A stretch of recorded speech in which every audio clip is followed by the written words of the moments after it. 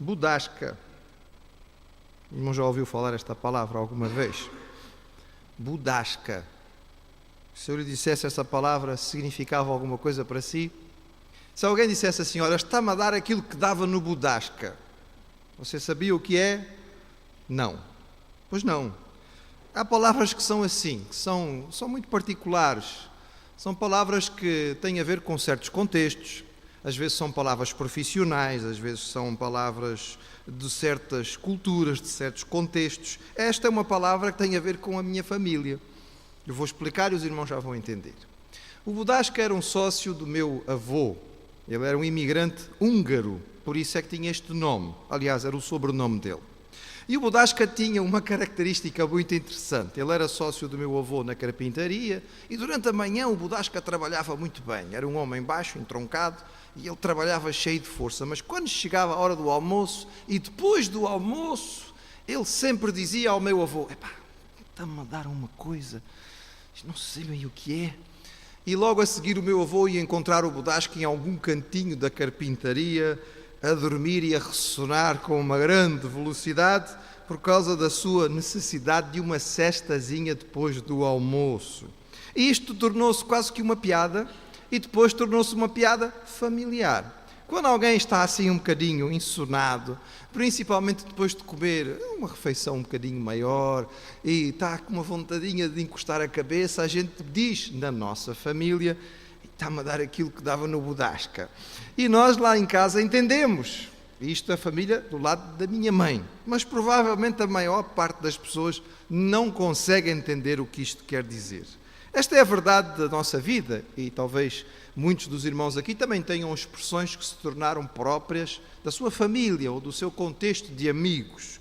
Também na Bíblia e na palavra do Senhor, nós encontramos algumas palavras que são muito especiais. E eu queria falar hoje sobre uma delas. Nós a usamos com muita frequência, já a usamos várias vezes neste culto. E é uma palavra nossa. É uma palavra que nós raramente ouvimos fora do contexto cristão e da igreja. É a palavra amém, que nós usamos regularmente. Não apenas no fim das nossas orações, mas em outras circunstâncias como esta em que acabamos de ouvir uma música a qual dizemos amém.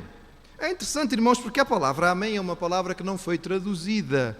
É uma daquelas palavras bíblicas que é igual em todas as línguas. Em qualquer lugar do mundo a que o irmão vá assistir um culto, o irmão vai ouvir as pessoas orarem, não percebe nada do que elas estão a dizer, mas no fim as pessoas vão dizer amém. E essa palavra eu entendi. Às vezes é a única que o irmão entende de toda aquela oração. E esta palavra é uma palavra hebraica com um grande significado. A palavra amém significa assim seja. A palavra amém é uma forma muito enfática de dizer sim. A palavra amém tem o conceito de dizer eu concordo com aquilo que foi dito. Eu confirmo aquilo que foi falado. Eu me junto nesta afirmação como se ela fosse minha. Isto que acabou de ser dito está também em meu coração, de modo que eu também desejo que isso aconteça exatamente da maneira como foi falado. Tanta coisa numa palavra tão pequenina, irmãos. Mas é este o sentido da palavra amém. É por isso que nós precisamos prestar muita atenção nas orações dos irmãos. Não podemos divagar, não é? E pensar no trabalho amanhã de manhã enquanto o irmão ora no culto, porque depois nós vamos dizer tudo isto. Concordo, confirmo, é isto também que eu sinto, exatamente como o irmão disse, eu quero que aconteça. É isto que significa a palavra amém. Quando nós entendemos bem a força desta palavra, ela ganha outra importância, não é? Nós passamos a olhá-la com um bocadinho mais de seriedade. Isto não é uma espécie de magia que nós usamos no fim das nossas orações para que as coisas aconteçam. É uma declaração de intenções nossa diante do Senhor. Estamos a dizer ao Pai, sim, nós concordamos, estamos juntos nisto. E isto é tão importante porque o Senhor prometeu-nos, entre outras coisas, Ele disse, quando estiverem 2 ou 3 reunidos em meu nome, eu lá estarei. E Ele disse, quando 2 concordarem com alguma coisa que querem pedir, isto teria um significado especial diante da presença do Senhor. Daí o valor do culto e da oração comunitária. Se o irmão não percebe isto, era bom que entendesse. Este é o valor. Não substitui a sua oração particular, nem tem este propósito, mas ela é importante porque aqui juntamos a nossa intenção na presença do Senhor para dizer, nós concordamos todos junto com isto. Mas eu queria que nós hoje víssemos algo extraordinário, porque a Bíblia nos diz que não somente nós dizemos amém ao Senhor, mas diz que o Senhor também nos diz amém a nós. Abra a sua Bíblia. Segunda carta que Paulo escreveu aos Coríntios, capítulo 1.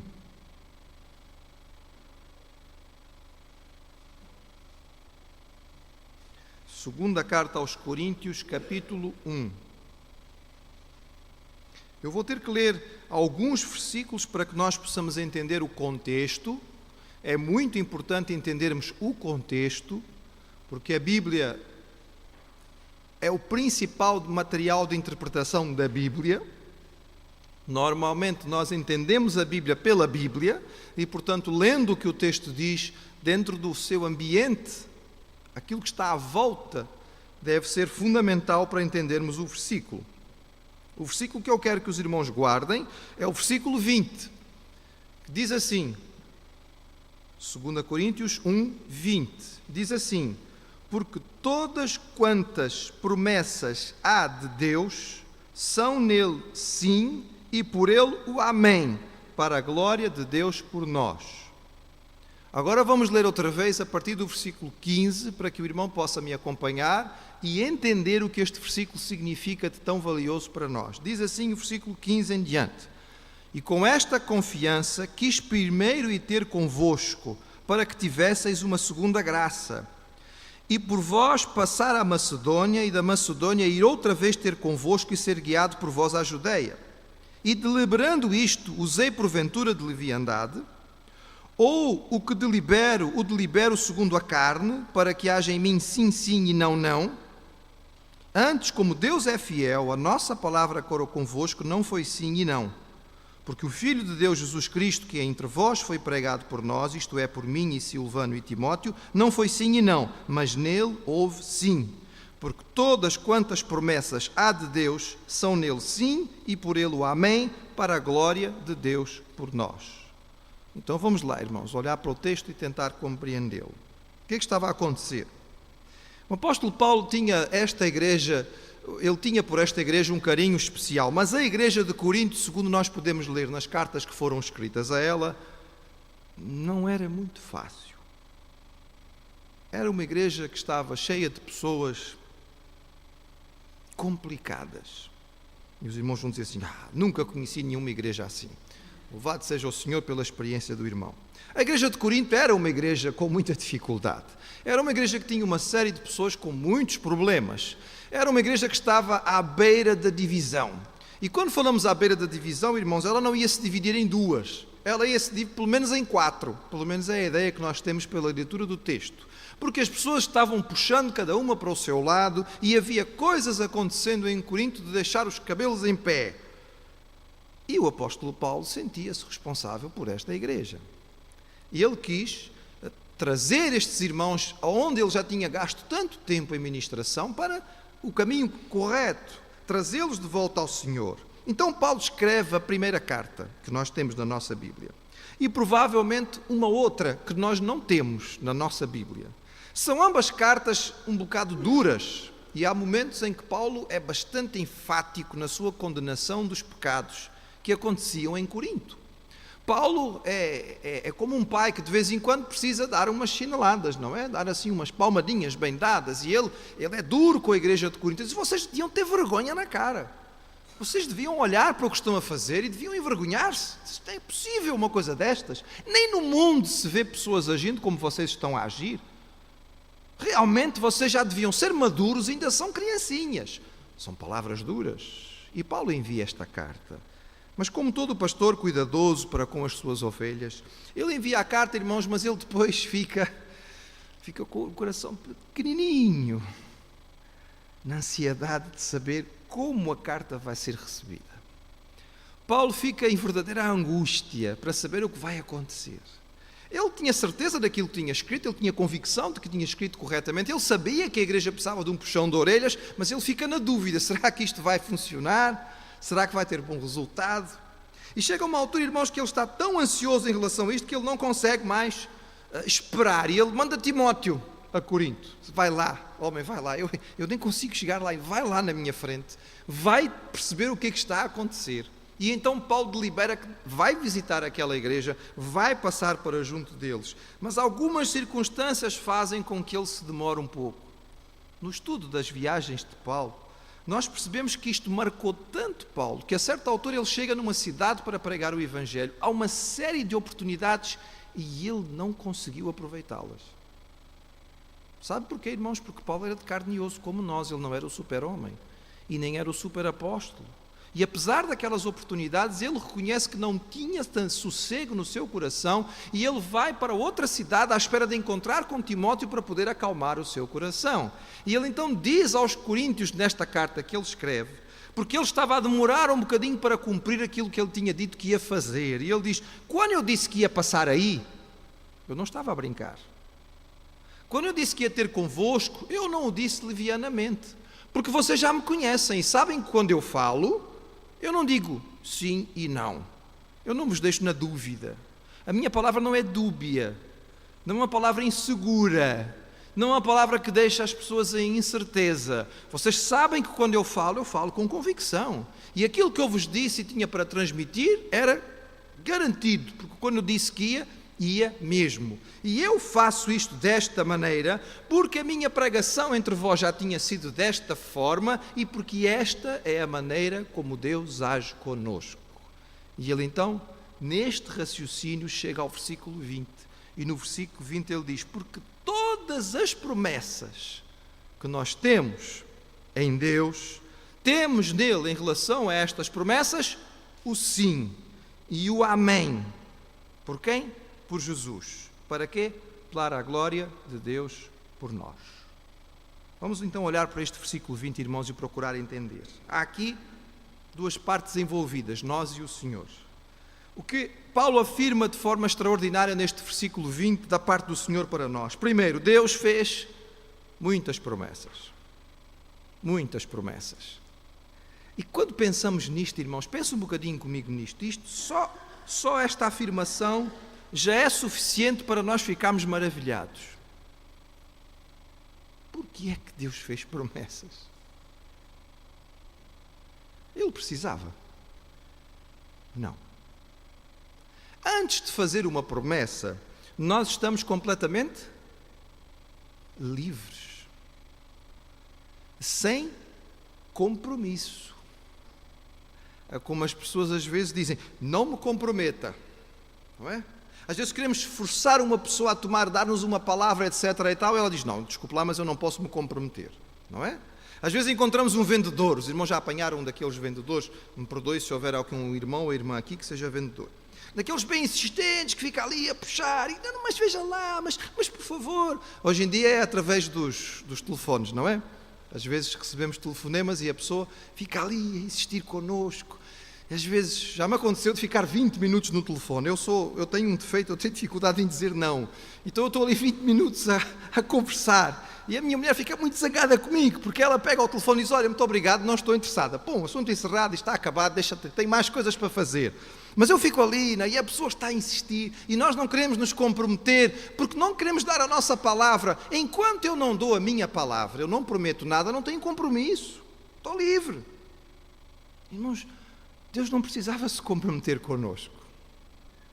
Nós não somos dignos deste compromisso.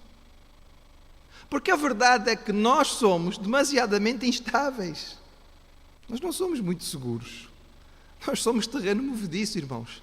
Nós às vezes acordamos de manhã bem dispostos e o sol brilha, nós sorrimos para a vida, mas tem outros dias que nós acordamos e hoje não me apetece trabalhar, não é? Hoje não tenho vontade de trabalhar, hoje não quero, hoje estou mal disposto, hoje tenho isto, hoje tenho aquilo ou aquilo outro. Há dias em que nós estamos bem, há dias em que estamos mal, há dias em que nós somos uma rocha de segurança, há dias em que somos tão firmes como gelatina. É difícil confiar, irmãos, em nós. Nós não merecíamos em nós o compromisso do Senhor, mas a Bíblia diz que Deus faz promessas. apesar de tudo isto, Ele se compromete. Porque quando Deus dá uma promessa e Ele não falha, Ele é perfeito, Ele não volta atrás, nós acabamos de cantar que Ele não é homem para mentir, Ele se comprometeu conosco. E é isto que é extraordinário, irmãos. O irmão abrir a sua Bíblia e verificar que vez após vez, o Senhor se comprometeu conosco, deu-nos as suas promessas e falou. Agora, meu irmão, conhece as promessas do Senhor para si? Já alguma vez gastou tempo para ler a palavra do Senhor e começar a tomar nota das promessas que Ele tem para nós?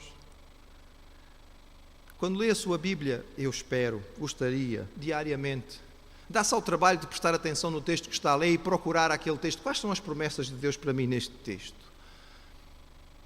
Uma das vezes que fiz a leitura bíblica anual, eu a fiz com um lápis verde.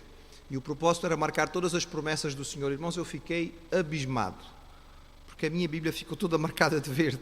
Era uma coisa fantástica, a quantidade de promessas que Deus tem para nós. É uma boa forma de ler a Bíblia, promessas após promessas. O nosso Deus é um Deus que se envolve, Ele se compromete, Ele empenha a sua palavra, e esta deve ser uma razão extraordinária para nós buscarmos a sua palavra e conhecermos as suas promessas, porque estas promessas foram feitas para nós vivermos por elas. Mas o texto continua dizendo não somente que Deus fez muitas promessas, mas que todas estas promessas têm no Senhor o talvez, quem sabe, é possível. Não. Diz assim: todas quantas promessas há de Deus são nele sim, e por ele amém. Oh, meu irmão, que coisa fantástica. Lembra-se do que significava amém? Amém significa assim seja. Amém significa sim. Amém significa eu concordo que isto seja assim.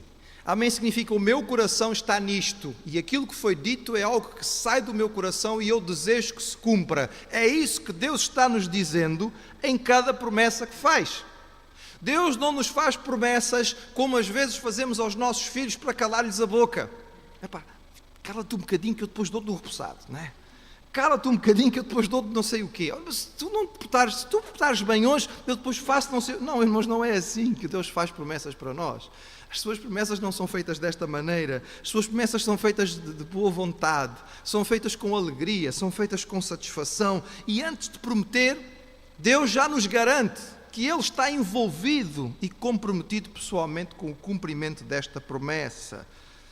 Por favor, irmãos, eu não estou dizendo com isto que tudo aquilo que foi prometido vai se cumprir instantaneamente e inexoravelmente nas nossas vidas. É preciso lermos.